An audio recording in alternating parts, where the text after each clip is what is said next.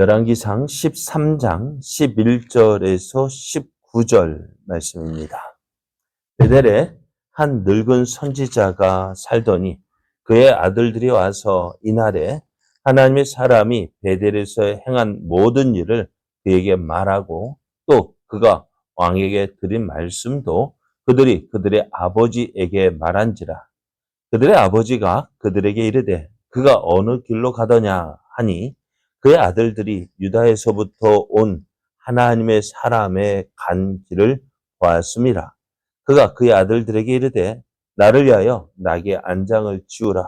그들이 나귀의 안장을 지우니 그가 타고 하나님의 사람을 뒤따라 가서 상수리 나무 아래에 앉은 것을 보고 이르되 그대가 유다에서 온 하나님의 사람이냐? 대답하되 그러하다. 그가 그 사람에게 이르되 나와 함께 집으로 가서 떡을 먹으라. 대답하되 나는 그대와 함께 돌아가지도 못하겠고 그대와 함께 들어가지도 못하겠으며 내가 이곳에서 그대와 함께 떡도 먹지 아니하고 물도 마시지 아니하리니 이는 여호와의 말씀이 내게 이르시기를 내가 거기서 떡도 먹지 말고 물도 마시지 말며 또 내가 오던 길로 되돌아가지도 말라 하셨음이로다. 그가 그 사람에게 이르되 나도 그대와 같은 선지자라. 천사가 여호와의 말씀으로 내게 이르기를 그를 내 집으로 데리고 돌아가서 그에게 떡을 먹이고 물을 마시게 하라 하였느니라 하니 이는 그 사람을 속임이라. 이에 그 사람이 그와 함께 돌아가서 그의 집에서 떡을 먹으며 물을 마시니라. 아멘. 할렐루야. 하나님의 크신 사랑과 은혜가 오늘도 하나님을 기뻐하여 하나님의 새벽을 깨우는 여러분에게 충만하게 임하여서 오늘도 은혜의 날, 복된 날 되기를 예수님의 이름으로 축복합니다. 오늘 우리에게 주신 하나님 말씀을 통해서 인정받을 때까지 잘 달려가십시오. 인정받을 때까지 잘 달려가십시오. 이런 제목으로 하나님 말씀을 증거하겠습니다. 우리가 아는 대로 하나님은 신실하신 하나님이십니다. 말씀하신 것은 반드시 이루시는 하나님이십니다. 우리는 이 사실을 여로보암이 북이스라엘의 왕이 된 것을 통해서 알 수가 있는데요. 솔로몬 왕 때 여로보암은 솔로몬으로 인해서 죽임을 당할 뻔했습니다. 그래서 애굽으로 도망을 갔고요. 애굽에서 많은 고생을 했을 거예요. 그럴 때 여로보암은 어떤 생각이 들까요?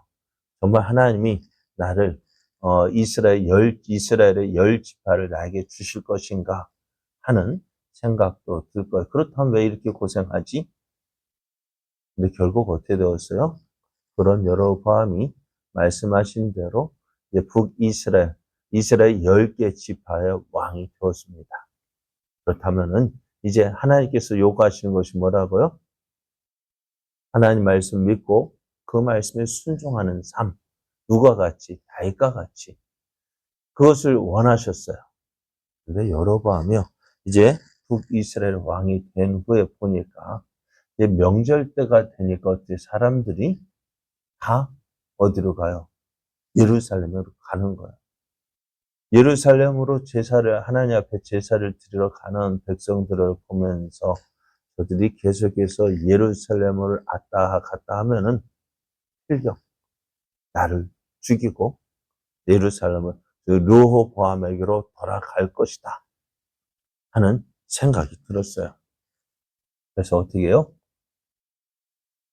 예루살렘으로 가는 그 이스라엘 백성들의 발걸음을 막고, 그래서 막기 위해서 이제 금송아지를 2개의 금송아지를 만들어서 이스라엘 백성들에게 이야기합니다. 이 금송아지가 너희를 애굽에서 인도하여 올린 신이다, 너희 하나님이다 라고 하면서 이제 그 하나님을, 이 금송아지를 섬기라고 했습니다. 백성들이 이제 누구 말대로 명절 때가 되어지면, 또 명절도 한 성경에 정한 하나님께서 정하신 명절이 아니라 자기 임의대로 정합니다. 그래서 누구를요? 이스라엘 백성들이 하나님을 떠나게 했는데요. 이 일로 인해서 하나님이 진노하셨고 또 하나님은 하나님의 사람을 보내어서 이 일에 대해서 하나님 말씀을 전합니다. 그때 마침 여로보암이 금송아지 앞에서 분야 제사를 드리고 있었는데요. 그때 하나님의 사람이 이제 제단을 향해서 이렇게 말합니다. 제단아, 여호와께서 이와 같이 말씀하시기를 다윗의 집에 요시야라 이름하는 아들을 낳으리니 그가 내 위에 분향하는 산당 제사장을 내 위에서 제물로 삼을 것이요 또 사람의 뼈를 내 위에서 사르리라 하셨느니라 하며 이 제단에 대한 예언을 합니다. 그리고 이 말씀이 하나님의 말씀이라는 증거로 제단이 갈라질 것이고 그 위에는 죄가 쏟아질 것이다 했는데요. 옆에서 지켜보던 여로보암이 깜짝 놀라가지고 이게 무슨 소리야 하고 저놈을 잡아라 하고 외칠 때 저놈을 잡아라 할 때 그 손이 말랐습니다. 깜짝 놀란 여로보암이요. 그러면서 그럴 때 또 제단이 갈라지고 그 위에 죄가 쏟아졌어요. 여러분 깜짝 놀랐을 거예요. 왜요? 자기 손이 말라 비틀어졌죠? 또 제단이, 또 하나님의 사람이 말한 대로 갈라지고 그 위에 죄가 쏟아니 겁이 나고 두려웠어요. 또 자기 몸 보고 깜짝 놀랐고요. 그래서 급히 하나님의 사람에게 내 손을 고쳐달라 하고 그랬더니 하나님의 사람이 고쳐 주었습니다. 이렇게 되었으면 어떻게 될까요? 여러분, 하나님이 살아계시구나. 내가 잘못했구나 깨달아야 되는데. 여러분이요. 하나님의 사람을 자기 집으로 데려가서 쉬게 하고 또 예물을 줘서 돈을 줘서 이 사람의 마음을 어떻게 해요? 유혹하려고 했습니다. 근데 하나님은 이 하나님의 사람에게 너는 이곳에서 떡도 먹지 말고 물도 먹지 말고 왔던 길로 돌아가는 것이 아니라 다른 길로 해서 유다로 가라고 명령하셨어요. 그래서 이 하나님 사람은 하나님 말씀하신 대로 이제는 행했습니다. 이 하나님의 사람이 이 베델에서 행한 그 일이요. 금방 모든 사람들에게 전해졌습니다. 그런 가운데 오늘 그 베델에 있는 한 늙은 선지자도 그의 아들을 통해서 이 사실을 알게 됩니다. 참 베델에도 선지자가 있었다는. 근데 이 선지자가 무엇을 했을까요? 여로보암이 베델과 단에 제단을 쌓고 금송아지를 만들어서 그것을 섬기라 하는데 이 선지자는 무엇을 하고 있었을까요? 아무 말도 하지 못했습니다. 그랬더니 이 선지자가 이 하나님의 사람이 했던 그 이야기를 듣고 자기 아들들 나귀를 준비해라 해서 나귀를 타고 이 하나님의 사람을 쫓아갑니다. 왜 쫓아갔을까? 참 의문입니다. 그래서 성경학자들 그런데 그 이유가 오늘 말씀에는 없어요. 그냥 쫓아갔대요. 쫓아간 것도 좋아요. 근데 이 늙은 선지자가 그 하나님의 사람을 쫓아가서 말하기를, 우리 집에 가서 먹고 마시고 쉬었다 가라. 그런데 이 하나님의 사람은 어찌 했을까요? 아니다. 하나님께서 내게 말씀하시기를, 이곳에서, 북이스라엘에서 물도 마시지 말고, 떡도 먹지 말고, 또 아무것도 하지 말고, 이제, 왔던 길로도 말고, 유다로 돌아가라 하셨다 했습니다. 하나님 사람은 참 분명하고 확실하게 대답을 했는데요. 이 늙은 선지자가 왜 그랬는지 거짓말을 합니다. 아니다. 하나님의 천사가 어젯밤에 나에게나 나타나기를 너를 우리 집에 데리고 가서 쉬게 하라 했다. 그러고 가서 어떻게 해요? 이 말을 듣고 이 하나님의 사람이 이 베델에 있는 늙은 선지자의 집에 가서 먹고 마셨다라고 말씀하고 있어요. 그런데 이 말씀에서 이 늙은 선지자가 한 그 일이 뭐라고 이야기하고 있느냐? 18절 말씀을 보면은 이는 그 사람을 속임이라 했습니다. 왜 이렇게 했을까? 그죠? 하지만 어찌되었든 유다에서 온 선지자는 지금까지 잘했어요. 하나님 말씀에 순종해서 유다에서 살고 있었는데 베델리까지 북이스라엘에 와서 여로보암 앞에서 하나님 말씀을 선포했습니다. 그러다가 어떻게 해요? 마지막에 속고 말았습니다. 하나님의 사람은 하나님 말씀을 듣지 못한 사람이 아니었습니다. 오히려 누구보다도 분명하게 하나님 말씀을 받은 사람이었습니다. 그런데 마지막 순간에 하나님 말씀보다도 누구의 말을 나도 너와 같은 선지자야 하는 그 말에 속았습니다. 결국 어떻게 해요? 넘어지게 되었습니다. 하나님 여러분, 오늘 우리는 믿음의 경주를 달려가고 있는 사람들입니다. 믿음의 경주는 끝나지 않았습니다. 우리 믿음의 경주는 언제 끝날까요? 언제 끝나요? 끝났어요, 벌써? 네?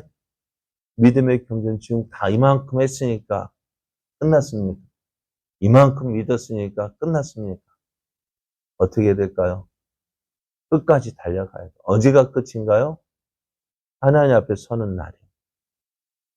그때까지 우리는 잘 달려가야 되는데, 근데 많은 사람들이요, 이 정도면 됐지 하고 주저앉아요. 이만하면 됐지 뭐. 이만큼 믿었으면 됐지. 이만큼 충성했으면 됐지. 이만큼 했으면 됐지 하고 멈춰버려요. 그리고요, 어찌될까? 말씀드려. 나만큼 잘 믿은 사람 어디 있어? 자기 생각대로, 자기 고집대로 믿어요. 근데요, 우리의 믿음의 경주는 아직 끝나지 않았다는 사실. 우리의 믿음의 경주는 주님 앞에 서는 그날까지 계속되어야 합니다. 중요한 것이 어디일까? 믿음의 경주에서 중요한 것은 시작이 아니라 끝입니다. 마지막, 결승점에 들어서는 그것이 중요해요. 아무리 처음에 화려하게 잘 달렸다 할지라도요, 순간에 후지부지 되면 아무 의미 없습니다. 오늘 믿음의 경주는 끝, 마지막까지 달려가는 것입니다. 사람에게 인정받는 것이 중요한 것이 아니라 하나님께 인정받는 것이 중요합니다. 저 사람 잘 믿었네. 그게 중요한 것이 아니라 하나님께 인정받는 것이 중요합니다. 그러므로 오늘 우리는요, 세상의 위협 앞에서도 흔들리지 말고요, 영적으로 포장된 유혹에도 속지 말고 하나님 앞에서 잘했다, 착하고 충성된 종아 하는 그 말을 들을 때까지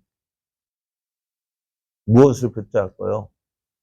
하나님 말씀 붙잡고요. 오늘 이 하나님의 사람이 무너진 이유가 뭐예요? 하나님 말씀으로 포장된 잘못된 유혹입니다. 우리는 하나님 말씀만 붙들고 끝까지 달려가는. 그래서 하나님께서, 주님께서 잘했다, 착하고 충성된 종 하며 기쁘게 우리를 맞이하실 그날까지 잘 달려가는. 그래서 우리의 모든 삶, 우리의 모든 삶이 하나님께 인정받는 복된 삶, 은혜의 삶 되기를 예수님의 이름으로 축복합니다.